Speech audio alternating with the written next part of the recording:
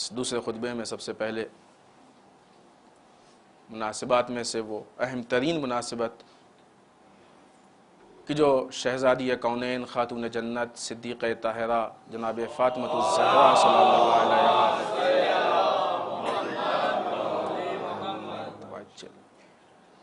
کی شہادت ابھی 2 دن پہلے گزری، لیکن عالم اسلام ابھی اس سوگ سے نہیں نکلا ہے، سوگوار جن جگہوں پہ مجالس کے سلسلے تھے وہ ابھی باقی ہیں، کیونکہ عموماً 3 دن اور 5 دن اس طرح مجالس ہیں۔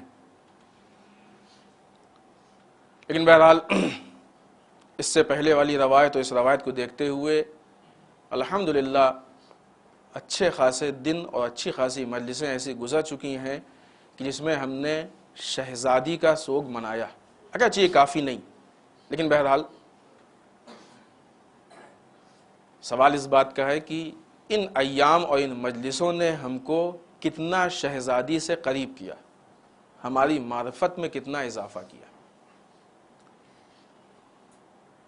شہزادی کے اوپر جو مظالم ہوئے ہیں، ان مظالم میں سے ایک اہم ترین ظلم یہ ہے کہ آپ کا حق غصب کیا گیا، اور اس حق کو حاصل کرنے کے لیے آپ دربار تک گئی ہیں، اور دربار میں اس حق کو یعنی باغ فدق کو لے کے آپ نے بہت فصیح و بلیغ اور بہت بڑا خطبہ بھی کہا ہے، اور وہ خطبہ تاریخ میں اور کتابوں میں موجود ہے۔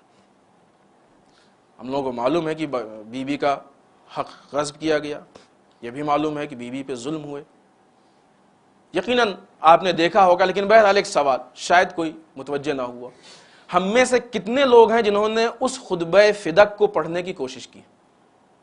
بالآخر شہزادی نے اس فدق کو لے کے مسلمانوں کے سامنے بھرے ہوئے دربار میں حاکم یا خلیفہ وقت کے سامنے کیا کہا، کیا بی بی کہنا چاہتی ہیں، کیا میسج ہے؟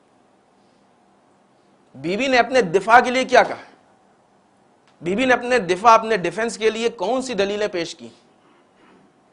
جاننے کی ہم کو ایک خواہش ہونی چاہیے نا، اور جب خواہش ہوگی تو ہم اس کی طرف، جس چیز کی خواہش نہیں ہوتی آدمی اس کی طرف نہیں جاتا، اس کی خواہش ہونی چاہیے کہ اس خطبہ فدق میں بی بی نے کن باتوں کو پیش کیا،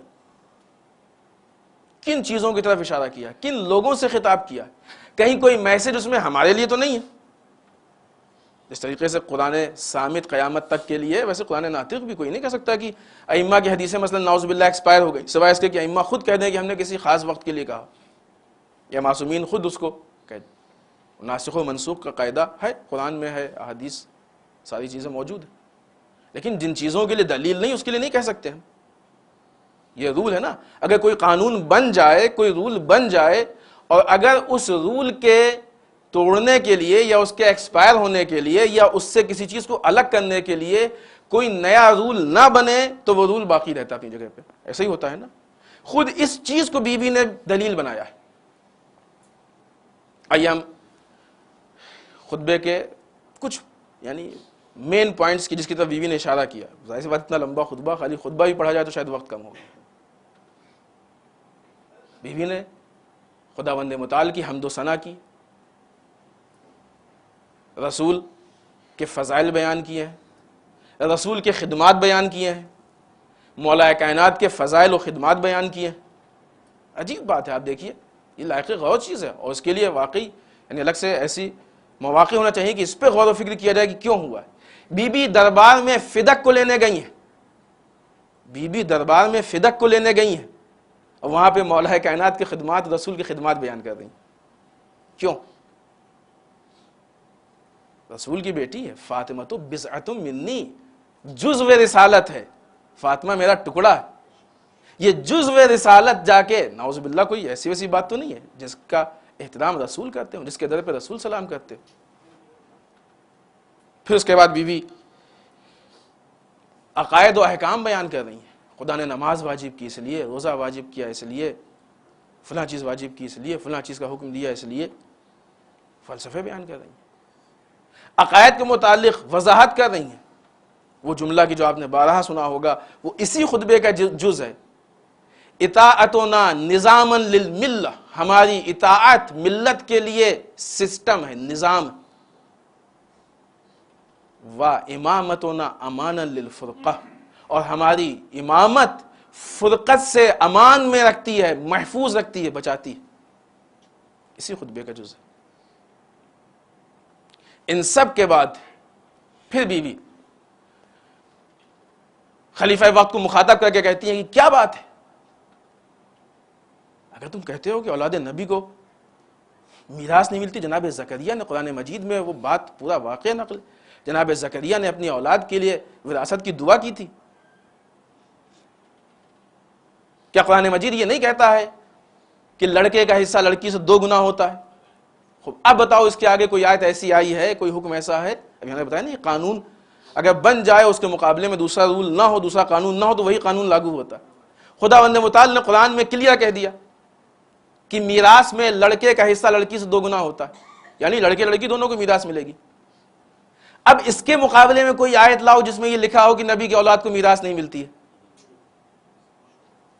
اگر اس قانون کے مقابلے میں کوئی دوسرا رول قانون نہیں ہے تو پھر یہ قانون ہم پہ کیوں نہیں لاگو ہو رہا؟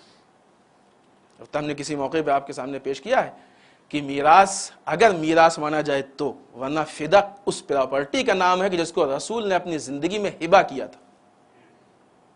روایتیں موجود ہیں، فدق اس پراپرٹی کا نام ہے جس کو رسول نے اپنی زندگی میں ہبہ کیا تھا۔ جب زندگی میں کوئی چیز کسی کو دے دی جائے تو پھر میراث تک نہیں پہنچتی ہے وہ، لیکن قرآن سے۔ اور پھر اس کے بعد اور بھی دوسری آیات سے استفادہ کیا، وہ احد کے موقع کی آیت کہ جس وقت یہ مشہور کیا گیا، اعلان کیا گیا کہ رسول اس دنیا سے رخصت ہو گئے، اپنے اپنے دینوں کو پلٹ جاؤ۔ کیا رسول اگر تمہارے درمیان نہیں رہیں گے تم اپنے اپنے دینوں پلٹ جاؤ گے، مسلمان نہیں رہو گے تم؟ جب خلیفہ وقت سے بات کر چکی، گفتگو کر چکی، تو ایک مرتبہ پھر مہاجروں انصار کی طرف مخاطب ہوئی۔ یہ خطاب اس بات کی دلیل ہے کہ دیکھو، غلطی یہاں پہ صرف خلیفہ وقت کی نہیں ہے، اس کی غلطی کے ساتھ ساتھ تم مسلمانوں کی بھی غلطی ہے۔ وہ ہے کہ جو ظلم کر رہا ہے، تم وہ کہ جو ظلم کو دیکھ رہے ہو وہ خاموش۔ زیارتوں میں پڑھتے نہیں ہیں، اس پہ اللہ کی لعنت ہوگی جس نے آپ پہ ظلم کیا، اور اس پہ بھی اللہ کی لعنت ہو جس نے ظلم کو دیکھا اور چپ رہا، ہے کہ نہیں؟ تم پہ بھی اللہ کی لعنت، اس لیے کہ تم اس ظلم کو دیکھ رہے ہو، اس کے بعد چپ ہو۔ تم نے ہماری نصرت نہیں کی، تم نے ہماری مدد نہیں کی۔ دیکھیں، انسان جب مدد نہیں کرتا ہے تو اس کی 2 وجہ ہوتی ہیں، 2 ریزن ہے جس کی بنیاد پہ انسان کسی کی مدد نہیں کرتا ہے۔ پہلی وجہ یہ ہوتی ہے کہ جو مدد کی علت ہے، یعنی جس کے لیے مدد کرنا ہے، وہ اس سے ریلیٹڈ نہیں ہے، وہ اس سے مربوط نہیں ہے، ہم سے ریلیٹڈ ٹاپک نہیں ہے، یہ اپنا آپس میں ان کے مسائل ہیں، ہم سے کیا۔ مثلا اگر کسی دوسرے مذہب میں کوئی اگر مشکل پیش آ جائے اور آپسی مشکل ہو تو اس میں ہمارے مدد کی ضرورت نہیں ہے، وہ ان کے اپنے داخلی مسائل ہیں، اپنے انٹرنل مسائل ہیں، ہم سے مربوط نہیں ہے۔ کسی دوسرے ملک کے مسائل ہیں، وہ ان کے مسائل ہیں، ہم سے مربوط، ہم سے ربط نہیں ہے اس کا۔ تو ایک تو لا تعلقی، یعنی کوئی ریلیشن، کوئی رشتہ، کوئی رابطہ نہیں ہے، اس بنیاد پہ مدد نہیں کی جاتی۔ مدد نہ کر کے انسان یہ ثابت کرتا ہے کہ ہمارا اور اس کا کوئی رشتہ نہیں ہے۔ جو لوگ بیوی کے حق کے غصب ہونے پہ بیوی کی مدد نہیں کر رہے تھے، تو اگر پہلی صورت میں آتے ہیں تو اس کا مطلب یہ ثابت کر رہے ہیں کہ صدیقہ طاہرہ فاطمہ الزہرا سلام اللہ علیہا سے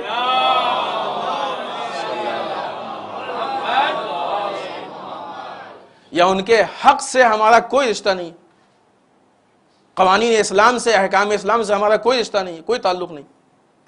ایک دوسری چیز، انسان کیوں مدد نہیں کرتا ہے کہ جس کے مقابلے میں آتا ہے اس سے اتنا ڈر جاتا ہے کہ اپنے خوف اور ڈرپوک ہونے کی بنیاد پہ مدد نہیں کرتا ہے۔ تو 2 طرح کے لوگ مدد نہیں کرتے ہیں، یا تو وہ مدد نہیں کرتے ہیں جو آؤٹ سائڈ ہوں، باہر کے لوگ ہیں، لا تعلق ہوں، یا ڈرپوک مدد نہیں کرتے ہیں۔ لیکن اگر انسان کا رشتہ بھی ہے، رابطہ بھی ہے، اور انسان میں ڈر بھی نہیں ہے تو پھر اس کو مدد کرنی چاہیے، اور یہ انسان کی ذمہ داری ہے، انسان کا فریضہ ہے، ان 2 حالت سے خالی نہیں ہے نا۔ اگر انسان کے پاس کوئی تعلق ہے، کوئی رشتہ ہے، کوئی دلیل ہے اور ڈر بھی نہیں ہے، وہ لوگ جو وہاں پہ بیٹھے ہوئے تھے یا تو ان کا دینداری سے کوئی رابطہ نہیں تھا، ٹھیک ہے کلمہ پڑھ رہے ہیں، مگر امام حسین کے شکوے کے مطابق کہ جب تک دینداری ان کی زندگی میں پرابلم نہیں کھڑی کرتی اس وقت سب دیندار ہیں، لیکن فائزہ محسوب البلا قلت دیا، لیکن جب امتحانات اور آزمائش کی منزل آتی ہے دیندار بہت کم ہو جاتے ہیں۔ ہم کو اپنی دال روٹی سے مطلب، ہم کو اپنی زندگی سے مطلب، ہم کو اپنے فیملی سے مطلب، گھر سے اہل و عیال سے مطلب ہے، لہٰذا ہم کو مدد کی کوئی ضرورت نہیں۔ یا پھر وہ اس حاکم کے ظلم سے اتنا ڈر رہے تھے کہ اس ڈر کی بنیاد پہ مدد نہیں کر رہے تھے۔ وہ لا تعلقی بھی اسلام کی نگاہ میں غلط ہے، یہ خوف بھی اسلام کی نگاہ میں غلط ہے۔ بی بی نے ان کی غیرت کو جگانے کی کوشش، تم کیوں نہیں بول رہے، تم کیوں خاموش، یہ تمہاری خاموشی کس بات کی دلیل ہے؟ خوب، یہ ایک بہت ہی مختصر یعنی کچھ پوائنٹس، تفصیلی خطبہ ہے، کچھ پوائنٹس ہیں کہ جس کی بنیاد پہ ہم نے ہلکی سی روشنی ڈالی ہے۔ انشاءاللہ امید ہے کہ آپ خطبہ فدق کو جا کے دیکھیں گے، پڑھیں گے اور کسی عالم سے اس کو سمجھنے کی کوشش کریں گے تاکہ وہ حقائق کھل کے سامنے آئے۔